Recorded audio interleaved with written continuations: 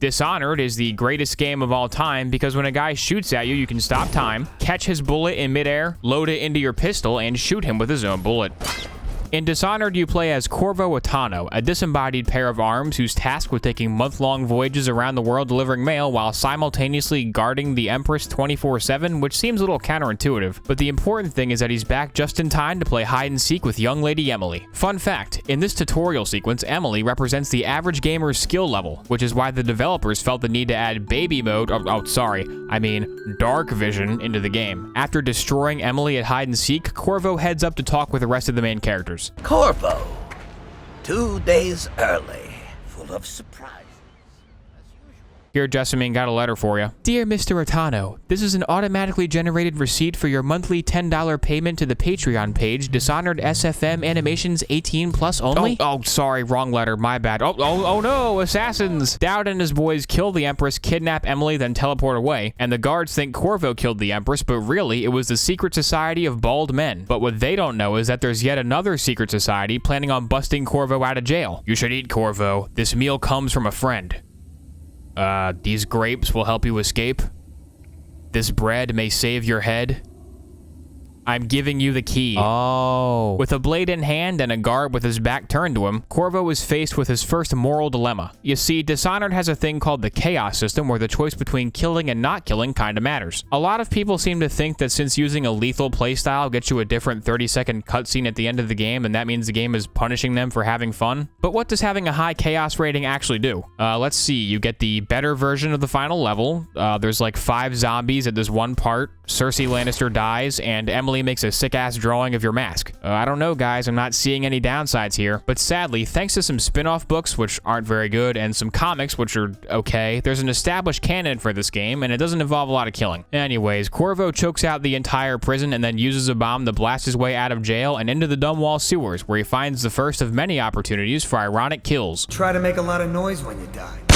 Emerging from the sewers, Corvo meets Samuel Beechworth, the only decent person in the entire universe. Corvo then heads back to the Hound Pits pub where he meets up with the Loyalist conspiracy, which consists of Lord Pendleton, Admiral Havelock, and like 5 maids. Hello, Corvo. We're lucky to have you. Any questions? Yeah, just one. Why does this whole place feel laid out like a mission? Like, are you guys planning on betraying me later, or? We can continue this later. Corvo also meets Piero, a brilliant inventor who can turn coins into sleep darts.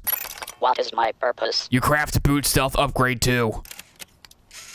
Oh my god. Soon it will be time for Corvo's first mission, but first he catches a quick nap in which he's visited by the Outsider, a bored deity who talks like this and gives people superpowers for the lulz and hopes he'll do something interesting with them. He gives Corvo a sick tattoo and also the heart of his dead lover. Hello, my love. It's so nice to be reunited with you. Oh, yeah, hey, Jessamine, so listen, I kinda already have all the rune locations memorized. This is like my 90th playthrough, so not really gonna be using you a whole lot. Wait, no, Corvo, I can give you useful information about the world and NPCs. Alright, then give me one piece of information I don't already know. I can feel a great age ending? Yeah, goodbye. Corvo wakes up and discovers he now has the ability to teleport, possess people, freeze time, summon rats, and shoot tornadoes. Not too bad for a quick afternoon snooze. The last time I fell asleep at work, I got fired. Yeah, that's right. I used to have a real job. Before I made YouTube videos, I used to drive school buses. Corvo gets his mission briefing and then sets sail to the Distillery District, home of the office of High Overseer Thaddeus Campbell. The hardest part about this mission is refraining from just killing every guard since they're just asking for it. Hey, did you beat up those starving orphans like I asked you to? Wasn't it funny when the Wall of Light disintegrated that innocent old man? Sorry, man. I don't think we can gather for whiskey and cigars tonight. Corvo meets a creepy old lady named Granny Rags who wants him to deal with some goons that have been giving her trouble, so he does. And then she's like, oh, thank you for dealing with those ruffians, dearie. Now, can you please go poison the cure for the plague, dooming thousands to a slow and painful death? I am gonna pass on that one. When Corvo arrives at the Overseer's base, he frees Teague Martin, who you can already tell is gonna be a sucky character because his name is Teague. I was reading in the archive about the Heretics brand. It sounds painful. Have you ever seen the— Nope. Really? You Don't want me to tell you about it? No. Are you sure? You don't even want to know how it... No. For the last time, dude, I do not want to talk about the Heretics brand. Change the topic. All right, say, have you ever noticed how our building has a convenient ledge that a teleporting assassin who's currently standing on a streetlight above us could use to, well, I don't know, infiltrate Campbell's meeting room and smash the glass of Tivian red so that Campbell takes Kerr now to his private chamber? Corvo takes this letter M-shaped branding iron and marks Campbell's face with a scarlet letter, which means his religious pals will never speak to him again, and now Teague can be in control of the church. Yay. Corvo's next mission is to eliminate Lord Pendleton's brothers, who are in the most get 14-year-old boys who are watching E3 to buy our game type level ever, a brothel. During this boat ride, I should probably elaborate on the rat plague some more. Basically, there's a plague going around the city, spread by rats, of course, that makes its victims only able to end their sentences with the phrase, "to ya." Good luck to you. I know Emily must mean a lot to you. A gang leader named Slackjaw offers to make the Pendletons disappear without killing them, but I mean, how is he gonna do that? He can't even leave his distillery. No, this mission is best left to Corvo because it's fun to try and make one Pendleton kill the other one. Also, Emily is there, and once you unlock her bedroom, she somehow effortlessly non-lethal ghosts her way back to Samuel. She must have been using dark vision or something, filthy casual. Anton Sokolov is the target of the next mission. Remember, Corvo, before I can pick you up, you'll need to disable those searchlights on top of the bridge. Samuel, it's broad daylight. I think they're gonna spot you no matter what. Just do it. Okay, fine, I'm doing it, but I don't see the point.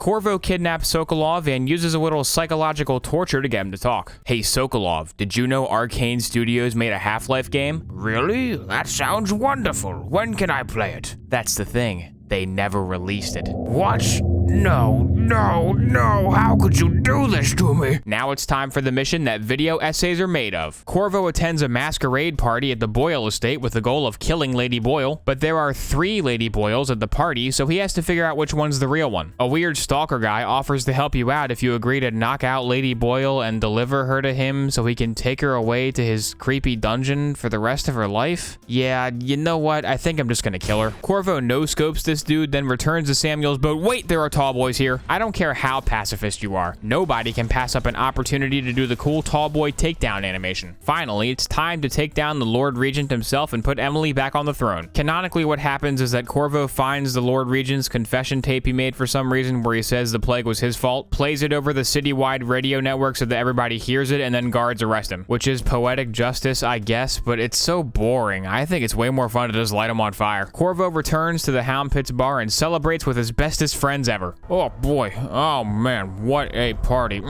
I can't believe those guys haven't tried to betray me yet. Oh, there it is. Don't worry, Corvo. I only gave you half the poison. That means that when you wake up, you'll only have half your health. Samuel, I don't think that's how poison works. Oh, would you look at that? Corvo wakes up on a boat drifting through the flooded district and gets captured by Dowd and his gas mask goons. I know a great deal, bodyguard. Oh yeah? Then what number am I thinking of?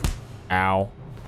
The highly trained magical assassins decide that keeping their prisoner, who is also a highly trained magical assassin, inside of a hole with just a dilapidated wooden pallet covering him is a good idea. It's not. Do you hear something? I'm sure it's nothing. Corvo slices and dices his way to Dowd, beats him in a sword fight by using an automatic pistol, and then has to make the toughest choice of his entire life. I have one more surprise for you. I ask for my life. Ha, yeah, right, dude. What possible story could you tell me that would make me sympathize with you? I mean, how much time do you have? 2 hours later. So then I switched the paintings and trapped her. Sorry, I've been talking for a long time. Do you have anything to drink? Sure, here you go. Thanks, idiot. Crap. On his way back to the Hound Pits, Corvo runs into Granny Rags trying to cook Slackjaw, but it turns out she's the one who gets burned. Now, the Hound Pits pub is crawling with guards, so you just gotta take it slow, be careful. Tall boy! Oh, hey, Corvo, good news. We created a device that can knock out all the guards so none of them have to die.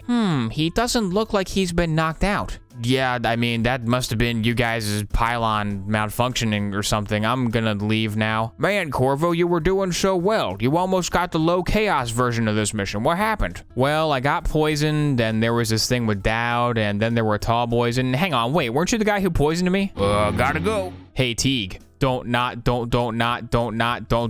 shoot yourself. Ha! You can't tell me what to do, Corvo. Pendleton dies without doing anything because he sucks, and then Admiral Havelock goes crazy and wants to jump off the cliff with Emily. Did you know that Emily has unique dialogue here if you possess Havelock? Corvo? Is that magic? Can I run now? Pretty cool, huh? Or you can just shoot him. And with that, Corvo puts Emily back on the throne and everything is fine and nothing bad ever happens to them ever again. Thus ends the tale of Corvo Attano, the legendary assassin who single-handedly saved the Empire, but also he could teleport and freeze time, so it's not really that impressive when you think about it. Oh, hey Corvo. I was just talking about how cool and great you are. Say, you wouldn't happen to have a good way to end this video, would you? Fuck!